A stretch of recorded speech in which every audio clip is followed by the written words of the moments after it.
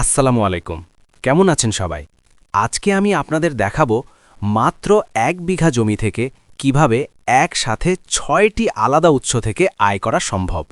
অনেকেই ভাবেন ১ বিঘায় আর কি হবে, কিন্তু সঠিক পরিকল্পনা থাকলে এই ছোট্ট জমিটাই হতে পারে আপনার সবচেয়ে বড় আয়ের উৎস।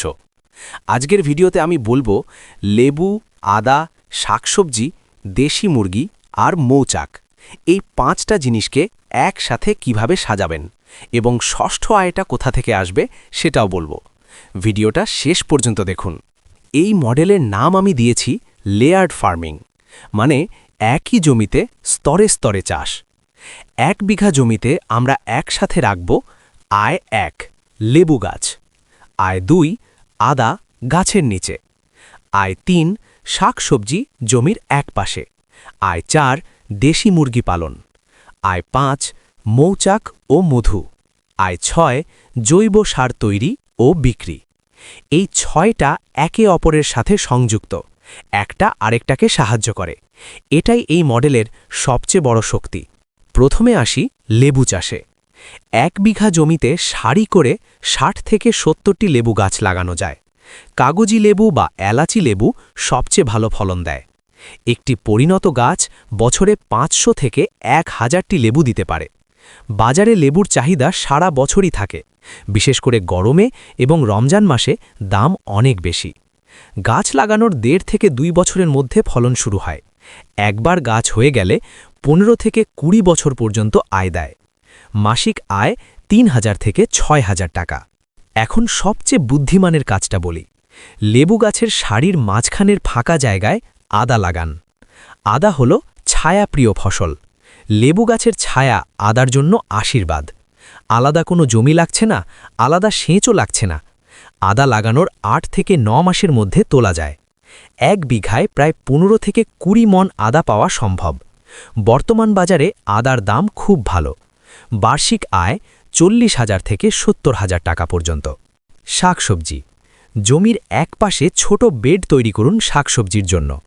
লাল শাক, পালং শাক, পুঁই শাক, ধনেপাতা, মূলা, এগুলো মাত্র ২৫ থেকে ৩৫ দিনে বিক্রির উপযোগী হয়। এটা হলো আপনার নগদ আয়ের লাইন। যখন লেবু বা আদার টাকা হাতে নেই, শাক বিক্রি করে সংসার চলবে। স্থানীয় বাজার বা হাটে সরাসরি বিক্রি করুন। মধ্যস্থভোগী ছাড়া দাম বেশি পাবেন। মাসিক আয় ৩,০০০ থেকে ৫,০০০ টাকা। দেশি মুরগি। এই জমিতেই ছেড়ে দিন ২০ থেকে ৩০টি দেশি মুরগি। মুরগি এই মডেলে ৩টে কাজ একসাথে করে। ১ জমির পোকামাকড় খায়, তাই কীটনাশক লাগে না। ২ আদার গোড়ার মাটি আঁচড়িয়ে আলগা করে দেয়। ৩ তাদের বিষ্ঠা সরাসরি জমিতে জৈব সার হিসাবে কাজ করে। একটি দেশি মুরগি বছরে ১৫০ থেকে ১৮০টি ডিম দেয়। ৩০টি মুরগি থেকে প্রতিদিন গড়ে ১৫ থেকে ২০টি ডিম পাওয়া সম্ভব। মাসিক আয় ৩,০০০ থেকে ৪,৫০০ টাকা। মৌচাক ও মধু। এবার সবচেয়ে চমৎকার অংশে আসি। লেবু গাছে যখন ফুল ফোটে, মৌমাছি এমনিতেই আসে। জমির কোণায় মাত্র ২ থেকে ৩টি মৌবাক্স রাখুন। মৌমাছি দুটো কাজ একসাথে করবে। ১ লেবু ফুলের পরাগায়ন করবে, ফলন ২০ থেকে ৩০ ভাগ বেড়ে যাবে।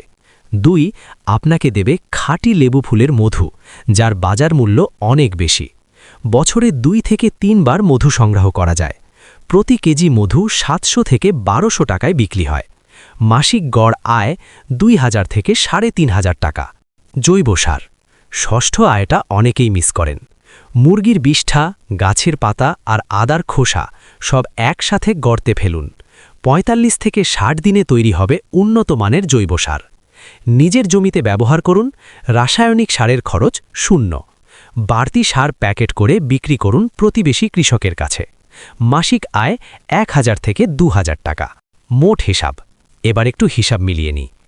লেবু বিক্রি ৩ থেকে ৬,০০০ টাকা, আদা ৪ থেকে ৬,০০০ টাকা, শাকসবজি ৩ থেকে ৫,০০০ টাকা, মুরগি ও ডিম ৩ থেকে ৪,৫০০ টাকা, মধু ২ থেকে ৩,৫০০ টাকা, জৈব সার ১,০০০ থেকে ২,০০০ টাকা।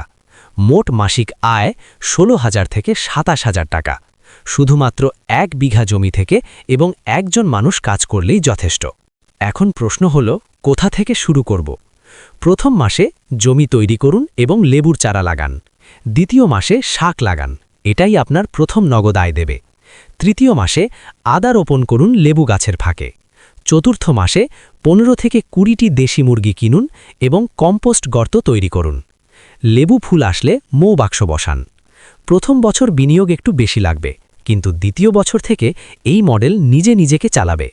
বন্ধুরা, জমি ছোট হলে স্বপ্ন ছোট করতে হবে না। বুদ্ধি দিয়ে চাষ করলে 1 বিঘাই যথেষ্ট। এই ভিডিও যদি আপনার কাজে লাগে তাহলে এখনই লাইক করুন। আপনার গ্রামের কোনো কৃষক বন্ধু আছেন, তাকে এই ভিডিওটা শেয়ার করুন, হয়তো এটা তার জীবন বদলে দেবে। নতুন কৃষি ভিডিও পেতে এখনই সাবস্ক্রাইব করুন এবং বেলটা বাজিয়ে দিন। কোনো প্রশ্ন থাকলে নিচে কমেন্টে লিখুন, আমি প্রতিটা কমেন্টের উত্তর দেওয়ার চেষ্টা করি। আল্লাহ হাফেজ, ভালো থাকবেন।